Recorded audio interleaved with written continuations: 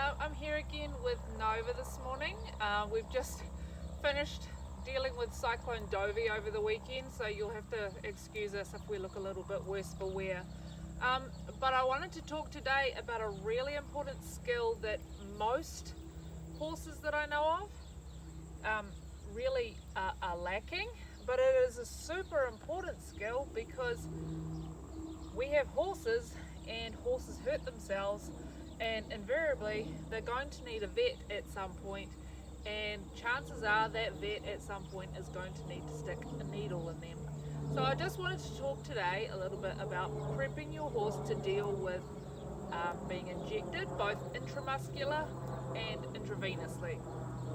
So one of the first things we have to teach a horse to do is to be used to accept being touched everywhere on their body, absolutely everywhere. Nova's spent a lot of time in vets, so she's pretty used to that, but we did discover the other day that she also happens to have a couple of wolf teeth in there, so she is going to need another visit with the vet. She will need to be sedated to have those teeth removed. So I thought it was a good opportunity to go over this again with her. So the first thing that we can do with our horse to help, and is either with intravenous, which is going to go into the jugular vein here, or intramuscularly, which usually goes in the neck in this triangle muscle piece here, or sometimes they'll do it in the hindquarter muscle. But in the neck, the best thing we can teach our horse to do is how to soften their neck.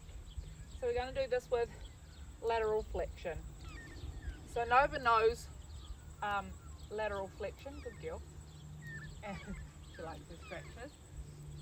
But we just need to teach our horse to soften. What's the step? Soften, good girl, on this side. You check both sides. Occasionally your vet might get into a situation where they have to work on your horse on the opposite side, so make sure you do this on both sides with your horse. And then you can start doing little things like, so you're going to hold on to this with one hand, and here we're going to pinch the skin and soften. So we teach her that so often they'll come in and they'll pinch the skin before they go to put a needle in. So we pinch the skin, so she's a bit bothered by that, and I want to teach her to soften, and I let go. Alright, pinch the skin, she is bothered, flex, let go. Good girl. Alright, another thing you can do is they'll pinch the skin and sometimes bang on them a little bit, and I want her to soften. Soften. Soften. Good girl. Yeah, good girl. So you see she's not perfect with this, and there's lots of things that we can work on. So pinch and soften. I don't want you to move. Don't let go until they soften.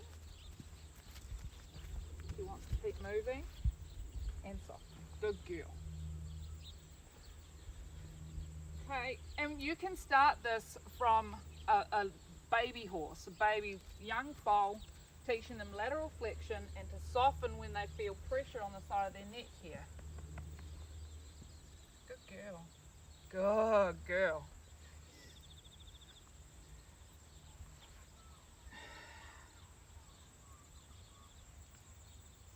Pinch and soften. Good girl.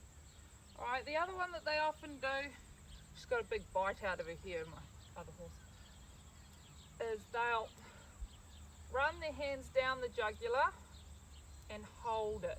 She wants to turn her head away. She's not happy about this. We're just going to ask her to soften. Good. Now with the intravenous, so in the neck, you don't want them to bend their head right around because it's going to impinge on them being able to actually get into that jugular. You just need them to just tip their nose. But for intramuscular, it's easier if they flex further because it softens that muscle and makes it really easy to put a needle into it. If they are pulled away and that muscle is tense and hard, it's really hard and a lot more painful for them to get the needle in. Good girl. Just going to ask her to move her bottom back. Good girl. Wait. Good girl. Okay, we'll practice here. Pinch, soften, good girl.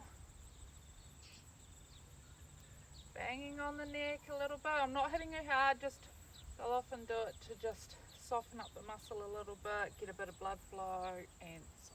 Good girl. And the last one is running our hands and our thumb down the jugular, stopping and holding. She doesn't like this one, soften. Good girl. If we get our horses used to that, it's going to go a long way to just getting them really comfortable with being handled by vets in this way. Good girl. I don't want her walking backwards out of it. I don't want her trying to leave. Good girl.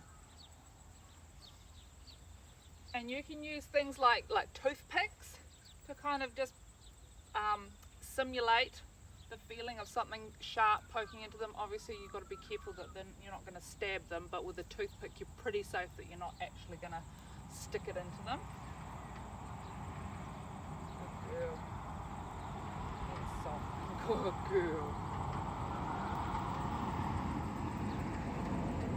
Last one, I might just have a good girl.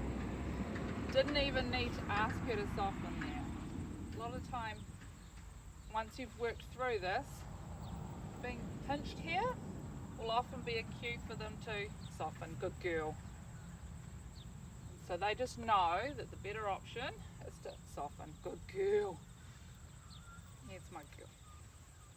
Okay, so practice that at home with your horses, all ages, particularly though with your young ones that have never had these sort of experiences before. Set them up for good experiences so that when you do need the vet, your horse is ready and you haven't got to deal with a horse that is not only injured or sick, but then becomes terrified and potentially dangerous with dealing with being injected by a vet. I hope that helps.